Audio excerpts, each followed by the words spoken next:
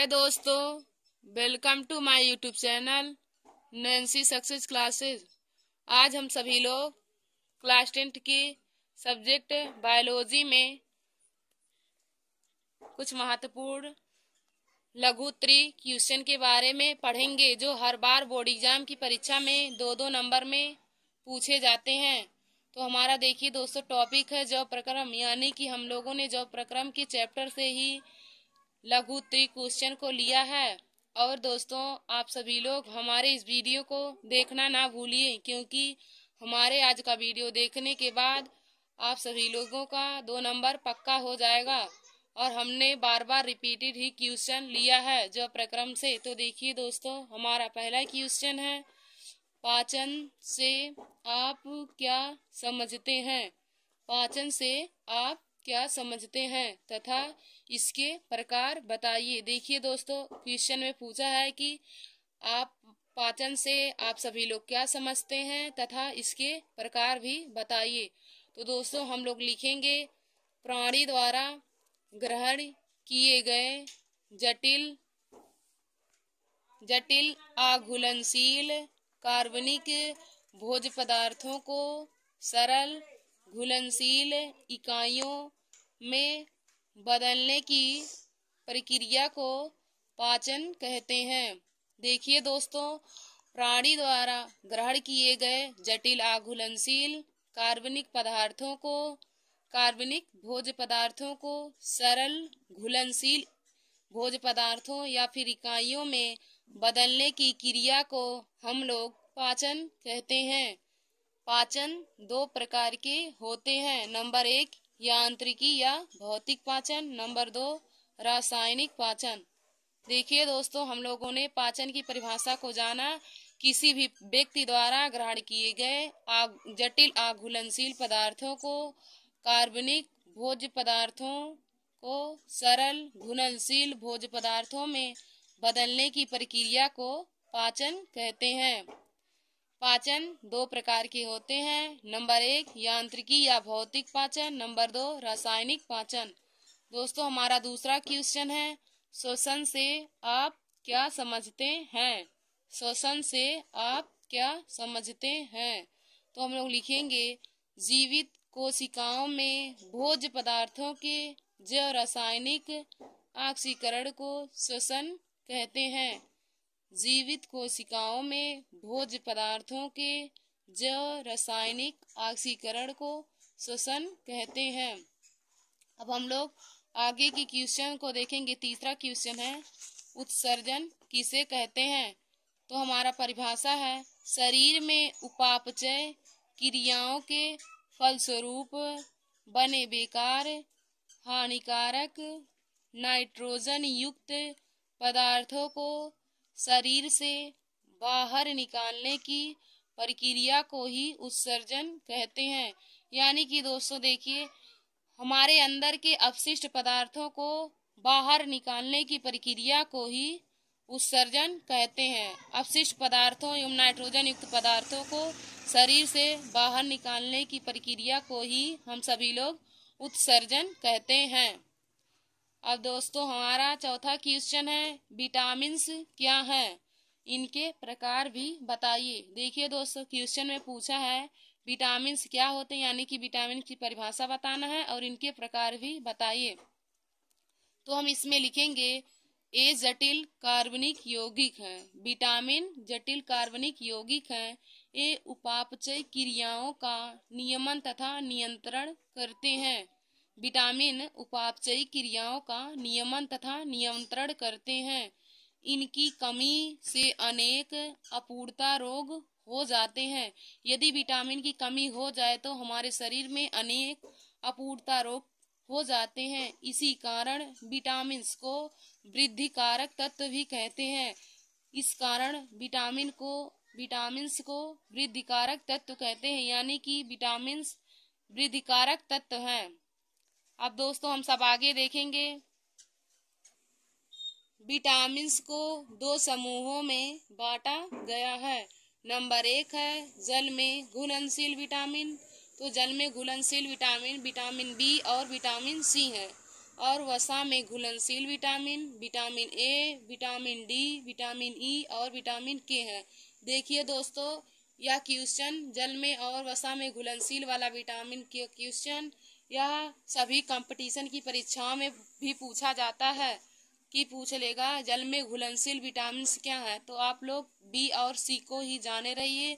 और वसा में घुलनशील vitamin, vitamin A, vitamin D, vitamin E और विटामिन के है।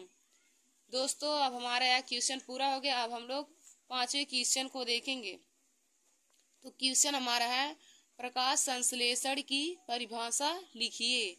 क्वेश्चन में हमें प्रकाश संश्लेषण की परिभाषा को पूछा है, तो हम लोग लिखेंगे इसमें, सूर्य के प्रकाश तथा क्लोरोफिल की उपस्थिति में CO2, सूर्य के प्रकाश व क्लोरोफिल की उपस्थिति में कार्बन डाइऑक्साइड यानी कि CO2 तथा जल यानी कि H2 से ग्लूकोज बनने की क्रिया को ही हम लोग प्रकाश संश्लेषण कहते हैं। देखिए दोस्तों, फिर से एक बार, सूर्य के प्रकाश तथा क्लोरोफिल की उपस्थिति में कार्बन डाइऑक्साइड तथा जल से ग्लूकोज के बनने की क्रिया को प्रकाश संश्लेषण कहते हैं।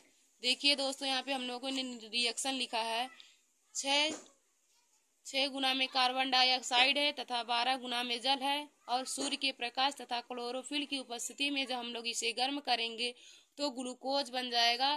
तो इसी ही क्रिया को हम सभी लोग प्रकाश संश्लेषण कहते हैं। देखिए, इसका परिभाषा हमने लिखा है कि सूर्य के प्रकाश तथा क्लोरोफिल की उपस्थिति में कार्बन डाइऑक्साइड तथा जल से ग्लूकोज बनने की क्रिया को ही प्रकाश संश्लेषण कहते हैं। अब हम लोग अगला क्वेश्चन देखेंगे, 6वां, रंध्र के कार्य लिखिए। तो हम लोग इसमें लिखेंगे नंबर 1, रंध्रों द्वारा कार्बन डाइऑक्साइड तथा ऑक्सीजन का आदान प्रदान होता है। रंध्रों द्वारा CO2 तथा O2 का आदान प्रदान होता है। और नंबर 2 है, रंध्रों द्वारा वाष्पोत्सर्जन होता है। रंध्र की हमने 2 कार्य पढ़े हैं, रंध्रों द्वारा CO2 तथा O2 का आदान प्रदान होता है, और दूसरा है रंध्रों द्वारा वाष्पोत्सर्जन होता है। अब हम लोग 7वें क्वेश्चन को देखेंगे, वाष्पोत्सर्जन को परिभाषित करो। तो इसमें लिखेंगे, यानी कि हमको वाष्पोत्सर्जन की परिभाषा को लिखना है, तो लिखेंगे, पौधों के वायवीय भागों से होने वाली जल हानि को वाष्पोत्सर्जन कहते हैं। पौधों के वायवीय भागों से होने वाली जल हानि को वाष्पोत्सर्जन कहते हैं। यानी कि पौधों के वायवीय भागों से जो जल की हानि होती है उसी को हम सभी लोग वाष्पोत्सर्जन कहते हैं। अब हम लोग अगले क्वेश्चन को देखेंगे, मनुष्य के दांतों की विशेषताएं लिखिए। मनुष्य के दांतों की विशेषताएं लिखिए तथा प्रकार भी बताइए। तो देखिए दोस्तों, इसमें मनुष्य के दांतों की विशेषता पूछा है, तो हम सभी लोग इसमें लिखेंगे, मनुष्य के दांत गर्त दंती, विषम दंती तथा द्विबार दंती होते हैं। और हम लोग लिखेंगे, मनुष्य के दांत 4 प्रकार के होते हैं। तो हमने देखा मनुष्य के दांत 4 प्रकार के होते हैं। तो नंबर 1 कृंतक, नंबर 2 रदनक, तीसरा चवर्णक और चौथा अग्रचवर्णक। पहला देखिए है कृंतक, दूसरा रदनक, तीसरा चवर्णक और चौथा अग्रचवर्णक।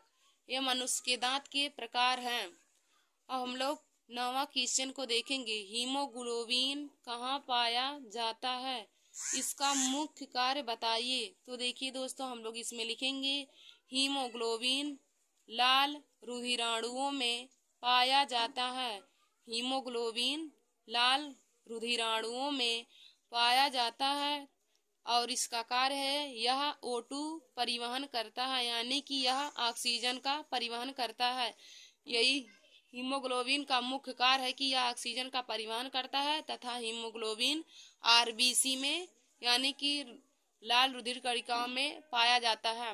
और 10वां क्वेश्चन को देखेंगे, मानव शरीर की सबसे बड़ी ग्रंथि का नाम लिखिए। तो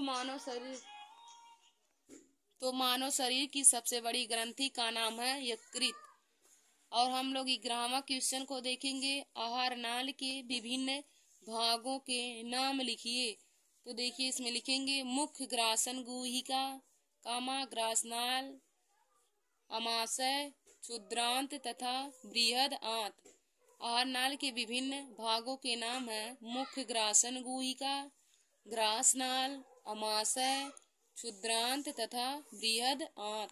अब हम लोग आगे की क्वेश्चन को देखेंगे। 12वां है मनुष्य के सहायक उत्सर्जी अंगों के नाम लिखिए। मनुष्य के सहायक उत्सर्जी अंगों के नाम लिखिए। तो देखिए इसमें दोस्तों हो जाएगा मनुष्य के सहायक उत्सर्जी अंग हैं यकृत हैं, फेफड़े हैं, त्वचा हैं और आहार नाल। मनुष्य के उत्सर्जी अंग यकृत हैं, फेफड़े हैं, त्वचा है और आहार नाल है। हम लोग 13वां क्वेश्चन को देखेंगे और आज के लास्ट क्वेश्चन को। फुफ्सी धमनी में किस प्रकार का रुधिर पाया जाता है? फुफ्सी धमनी में किस प्रकार का रुधिर पाया जाता है? तो देखिए दोस्तों फुफ्सी धमनी में अशुद्ध रक्त बहता है।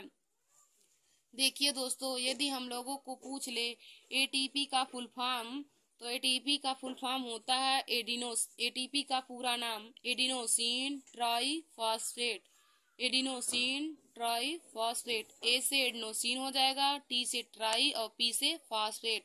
और देखिए दोस्तों एडीपी का पूछेगा तो adenosine diphosphate. Adenosine diphosphate. A से हो जाएगा एडिनोसिन, डी से हो जाएगा डाई, पी से हो जाएगा फॉस्फेट।